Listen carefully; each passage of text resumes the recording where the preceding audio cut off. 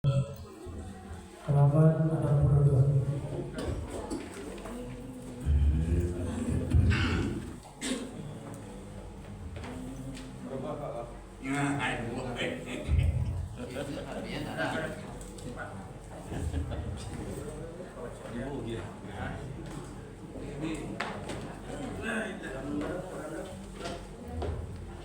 Ayat 92 halaman 62. 92 ayatnya halaman 62. Paling atas sisi kiri. Dan dana menurut.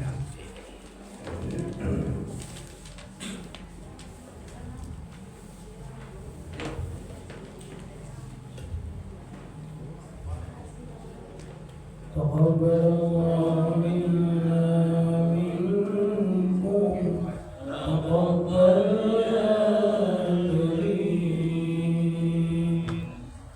أعوذ بالله من الشيطان الرجيم.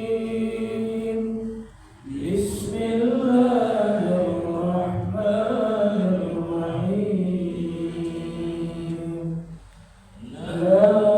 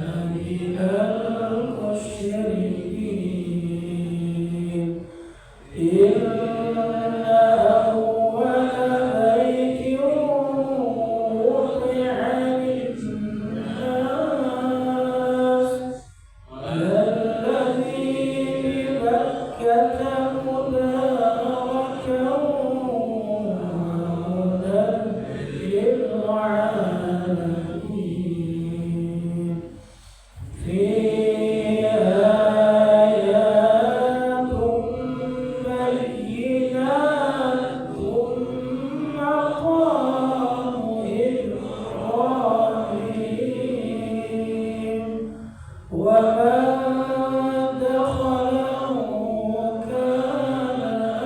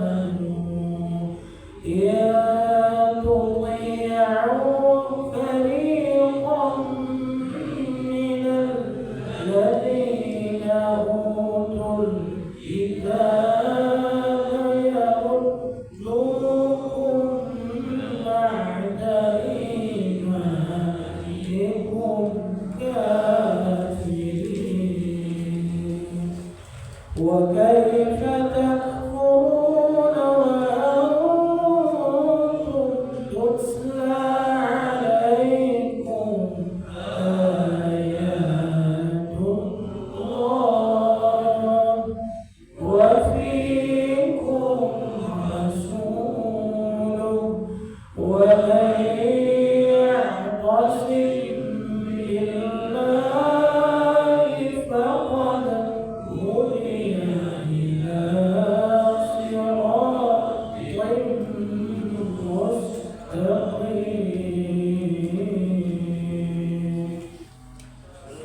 صدق الله مولانا العظيم وصدق رسوله النبي الكريم ونحن على ذلك من الشاهدين والشاكرين والحمد لله رب العالمين.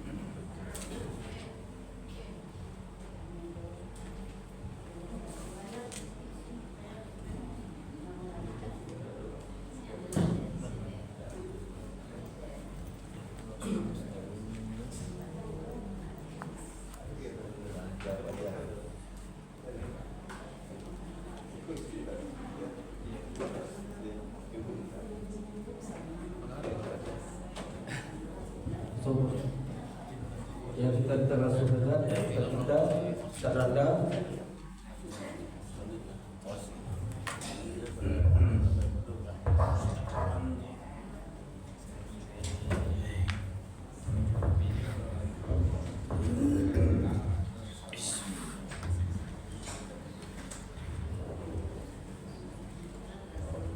Bismillahirrahmanirrahim. Assalamualaikum warahmatullahi wabarakatuh. Waalaikumsalam warahmatullahi wabarakatuh. Alhamdulillah nahmaduhu wa nasta'inuhu wa nastaghfiruh wa na'udzu billahi min shururi anfusina wa min sayyiati a'malina. من يهده الله فلا مضل له ومن يضلل فلا هادي له. أشهد أن لا إله إلا الله وحده لا شريك له وأشهد أن سيدنا محمدا عبده ورسوله الذي لا نبي بعده. اللهم صل على سيدنا محمد وعلى آل سيدنا محمد. فقال الله تعالى في القرآن الكريم وهو أصدق القائلين: أعوذ بالله من الشيطان الرجيم بسم الله الرحمن الرحيم يا أيها الذين آمنوا استعينوا بالصبر والصلاة إن الله مع الصابرين. Bapak jamaah salat subuh yang dimuliakan Allah Subhanahu wa taala, yang kami hormati barisan pengurus mushola kita, kemudian yang kami hormati para orang tua kami, para guru-guru kami, kemudian para sanak saudara kami, dan terkhususnya kepada seluruh jamaah yang insyaallah kita sedang dimuliakan Allah Subhanahu wa taala. Bapak Ibu yang dimuliakan Allah Subhanahu wa taala, kita bersyukur kepada Allah atas segala nikmat yang pada nikmat hari ini Allah telah memberikan kepada kita. Apa dia? Nikmat untuk bangun tadi, sehingga kita bisa untuk melaksanakan ibadah puasa sekaligus melaksanakan sholat subuh berjamaah. Tetap selalu kita tanamkan di dalam hati bahwa segala nikmat Allah, baik itu nikmat buruk, baik itu nikmat baik, saldonya itu untuk kebaikan hambanya. Ketika ada nikmat yang tidak disenangi oleh kita, pada hakikatnya itu adalah yang terbaik untuk kita.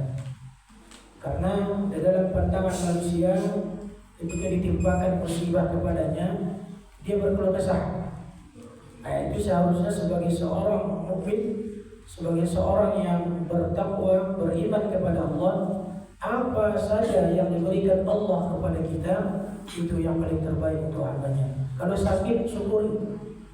Itulah kata Profesor Quraisy Shihab, tidak ada namanya berkeluh kesah di dalam hati manusia. Tidak ada namanya harus tidak menerima apa yang diberikan Allah Subhanahu wa taala. Seluruhnya harus disyukuri, baik itu nikmat yang kurang mengenakan, musibah, sakit, penyakit jantung, segalanya itu harus disyukuri tetap. Apalagi nikmat yang baik untuk kita. Bapak Ibu yang dimuliakan Allah Subhanahu wa taala, mari kita bersalawat kepada Nabi Muhammad sallallahu alaihi wasallam dengan lafaz Allahumma salli ala sayyidina Muhammad wa ala ali sayyidina Muhammad. Kalau dipaparkan masalah keutamaan bersalawat itu banyak sekali hadisnya. Tapi yang paling populer kalau kita bersalawat kepada Nabi itu insyaallah Allah juga bersalawat kepada awak sebanyak 10 kali. Bahkan ada dalam satu riwayat kalau awak membaca salawat, salah satu salawat khusus, itu dijamin dalam hadis tersebut bisyafaati Rasulullah, mendapatkan syafaat Allah dan syafaat Nabi kita di hari kiamat nantinya. Baiklah kita catatkan atau besok malam salawat yang khusus tersebut. Ada salawat kalau diamalkan itu setiap pagi dan sore, insyaallah. Bapak Ibu yang dimuliakan Allah Subhanahu wa taala, diminta kepada kami, sebetulnya kami tidak siap untuk memberikan ceramah. Kenapa? Karena keterbatasan keilmuan kami.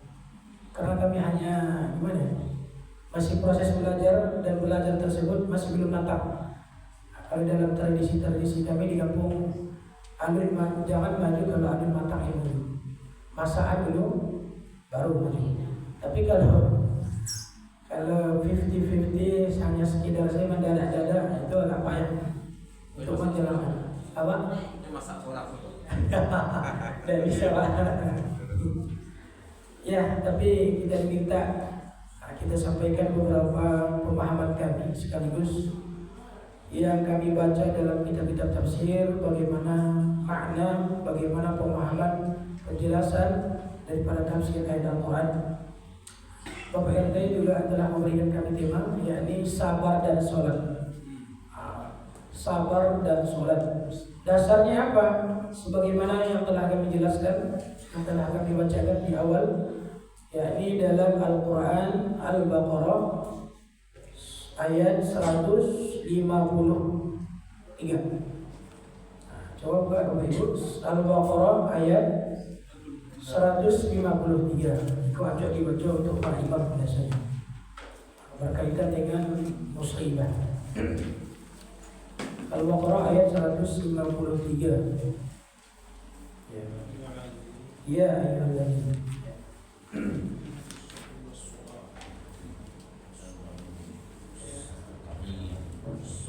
Allah Ta'ala berfirman, A'udzu billahi minasyaitonir rajim. Bismillahirrahmanirrahim. Ya ayyuhalladzina amanu ista'inu bis-sabri was-salah.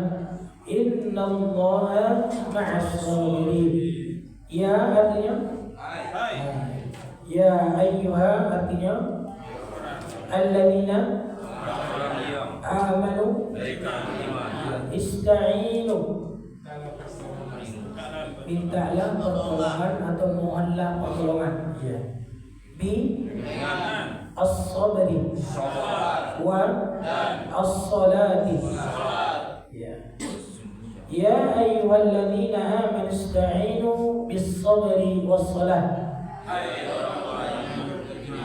Mintalah pertolongan dengan sabar dan salat. Inna Allah ma'a ya bersama as-sabirina. Innallaha ma'as sabirin.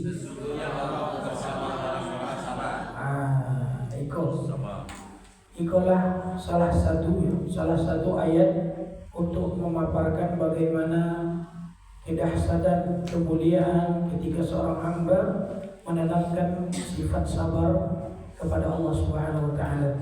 Ada 3 dalam ayat Al-Qur'an yang kata as-sabru dan salat itu digandeng.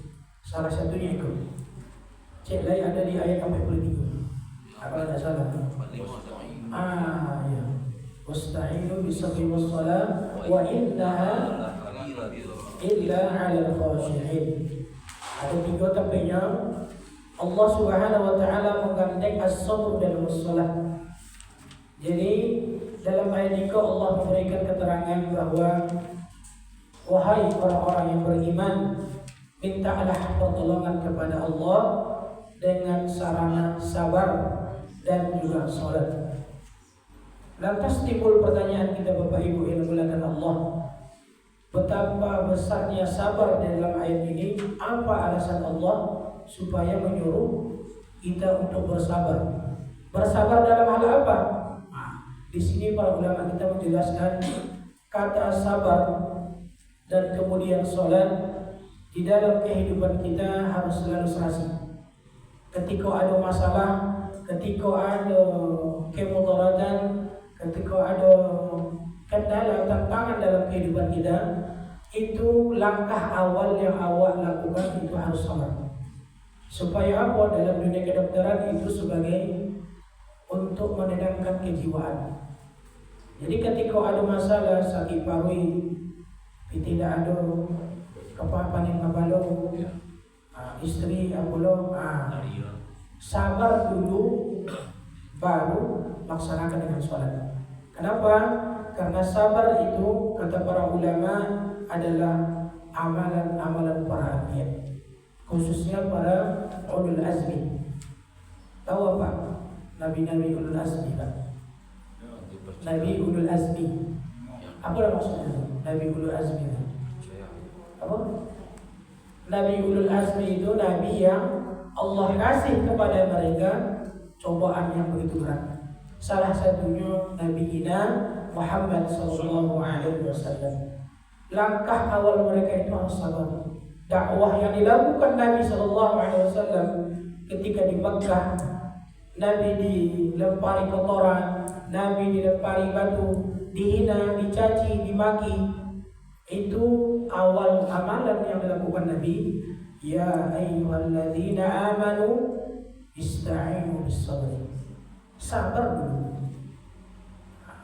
Ketikalah sabar awak, sebelum awak terangkan itu, menurut tafsir Ibnu Katsir atau menurut tafsir Imam At-Tabari dalam kitab tafsirnya, sabar dalam kehidupan itu ada 3 Bapak Ibu. Ada 3 menurut ulama tersebut, ulama tafsir. Yang pertama adalah sabar dalam ketaatan. As-sabru bi ta'atillah. Sabar dalam taat kepada Allah. Jadi awak yang melaksanakan perintahnya. Jadi kita yang melaksanakan amal ibadah puasa di bulan Ramadan itu semata-mata sabar dalam ketaatan. Wahai orang-orang beriman, sabarlah kalian dalam melaksanakan puasa. Sabar dari apa? Banyak. Baik itu menjaga lisan, baik itu menjaga anggota badan, baik itu menjaga pikiran. Bapak Ibu, pikiran pun harus dijaga juga. Dijaga dari apa? Dari pikiran-pikiran kotor, dari prasangka buruk kepada orang, atau dalam iri hati lah, segala macam penyakit-penyakit itu harus sabar awak untuk meninggalkannya. Harus teguhkan di dalam hati. Bulan Ramadan awak harus berubah. Kita harus berubah. Dalam berubah itu sabar awak jalan utamanya. Sabar dalam melaksanakan perintah Allah, terutama sabar dalam melaksanakan ibadah puasa Ramadan. Kenapa? Karena di bulan Ramadan telah disebut Pak kita dari mana? Amalan-amalan saja apa yang kita lakukan di bulan suci Ramadan itu beda nilai pahalanya di luar bulan suci Ramadan. Apalagi puasa. Puasa itu wajib lo diperintahkan di dalam Al-Quran. Apa ayatnya? Ya ayyuhalladzina amanu kutiba alaikumus syiyam.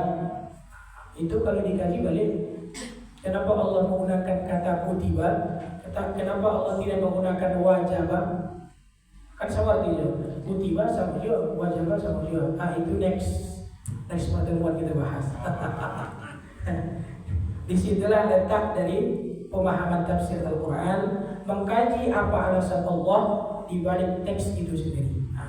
Contohnya dalam minggu tadi, ternyata sabar itu ada 3. Yang pertama dari sabar dalam ketaatan, sabar dalam melaksanakan ibadah salat, sabar melaksanakan ibadah puasa, itu semata-mata adalah kepada Allah Subhanahu wa taala. 1. Kemudian yang kedua, menurut ulama Imam At-Tabari, kalau dijelaskan panjang lebar bagaimana kepakaran ini dalam ilmu tafsir. Dulu pernah sebagai makalah awak ketika presentasi di kampus. Imam termasuk Imam Sayyidul Mufassirin. Apa artinya Sayyidu? Ada namanya Sayyidul Ayyam. Sayyid itu Sayyidina apa artinya? Pimpinan atau imamnya, ketuanya. Jadi arti dari Sayyidul Mufassirin artinya ketuanya para ulama-ulama tafsir. Jadi ikolah tafsir yang pertama kali yang merangkum ayat Al-Quran secara keseluruhan 30 juz. Ulama ikolah yang menerangkan. Jadi ini membagi sabar makna dalam ayat ini. Yang kedua adalah sabar dalam meninggalkan maksiat. Yang ketiga, sabar dalam ketaatan 1, yaitu tetap menjalankan perintah Allah dengan istiqomah. Kemudian yang kedua, sabar dalam meninggalkan maksiat, yakni menahan diri dari perbuatan dosa. Sama takah ini awak ini berusaha untuk menahan makan dan minum. Bukan hanya sekedar itu, menahan hati, menahan qalbu, menahan pikiran dari segala-segala yang merusak kualitas puasa awak, yang merusaknya. Tapi kalau makan membatalkan. Selain dari makan dan minum, itu tidak membatalkan tetapi merusak, mengurangi nilai pahala awak. Contoh, berujing, kemudian berprasangka buruk kepada orang lain. Ustaz tu kok mau diikut? Itu tuh agak puasanya lah kaninoda, ya.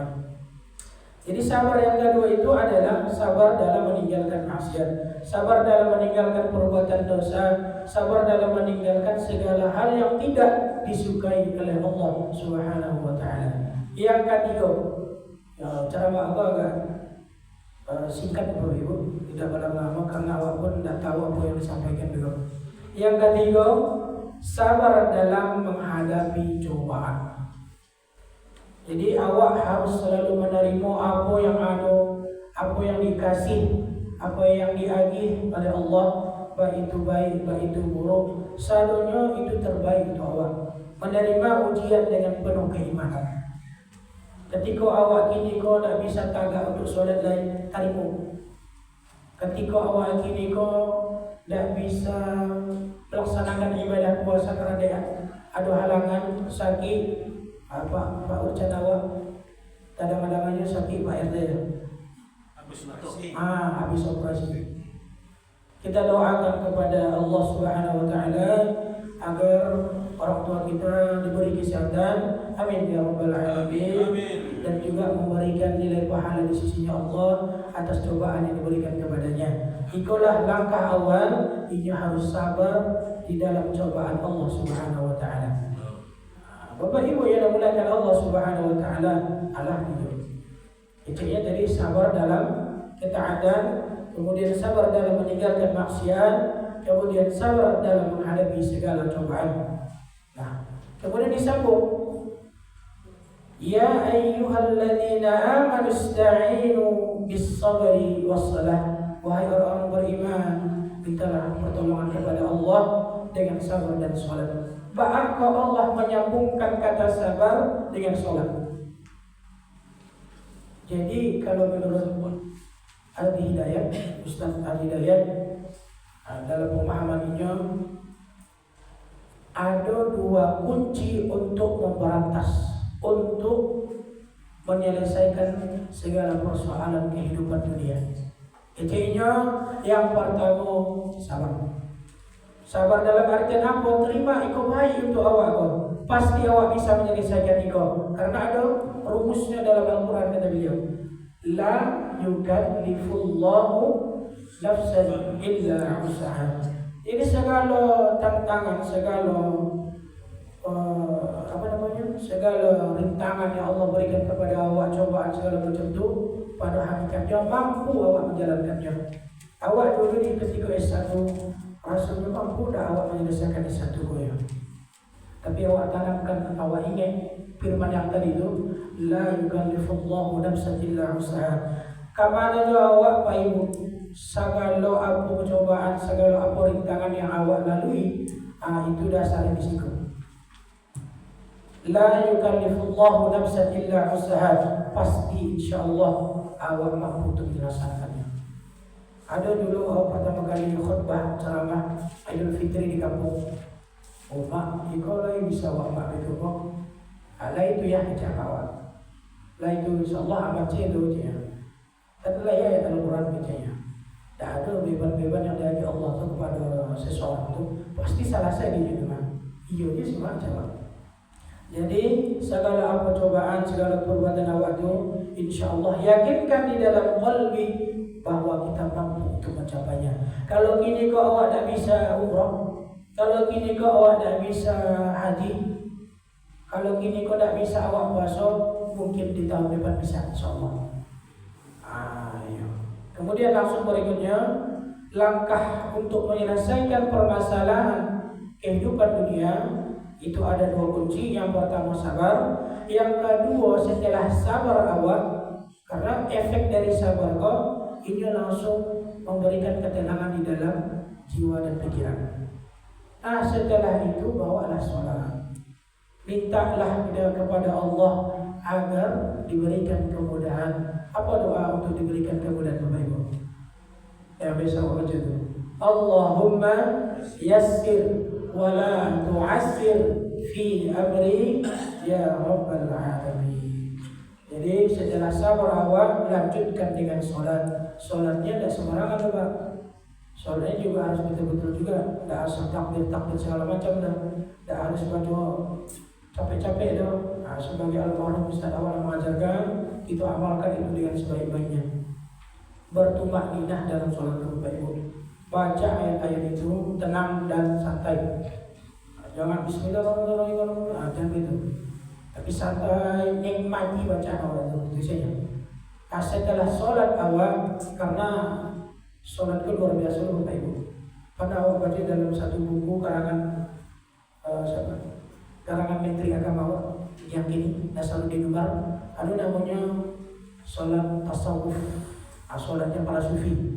Jadi sholat kau ada dua macam Bapak Ibu. Kecilnya sholat kau ada sholat langit, ada juga sholat bumi.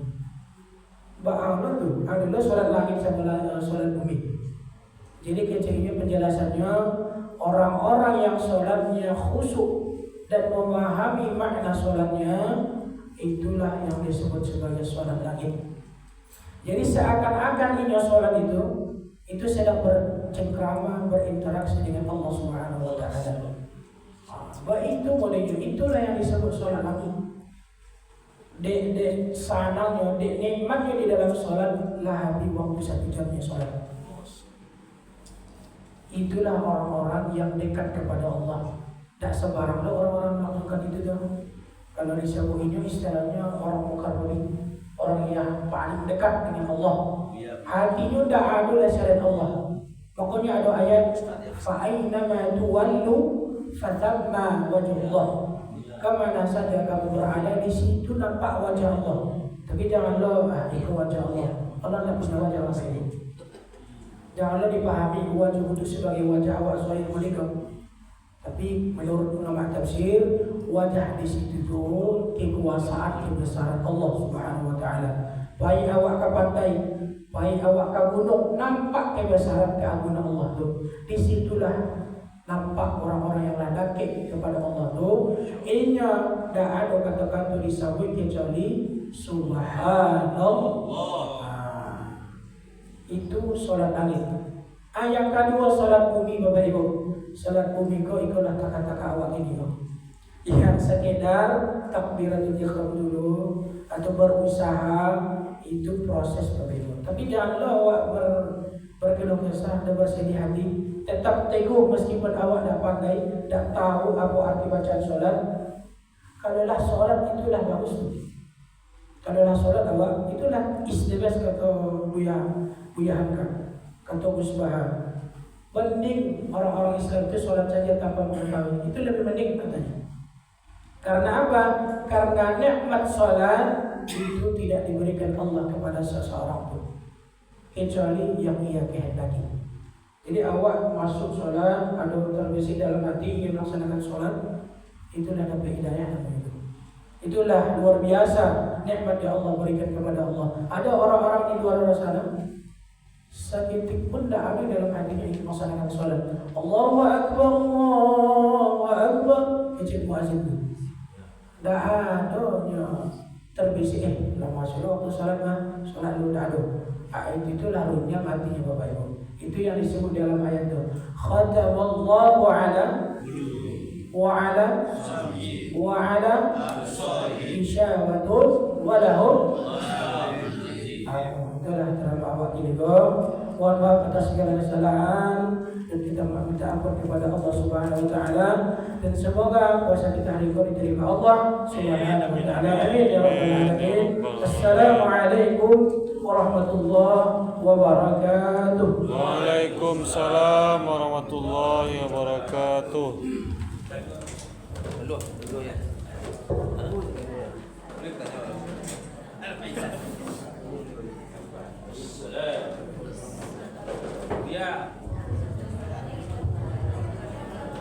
Bapak Ibu, demikian tausiah pagi kita bersama Ustaz Rada, Ustaz Elvi. Dan nanti malam Ustaz Guru kita itu Dr. Rahmat Taufik akan membahas masalah manfaat puasa untuk kesehatan. Dari mana?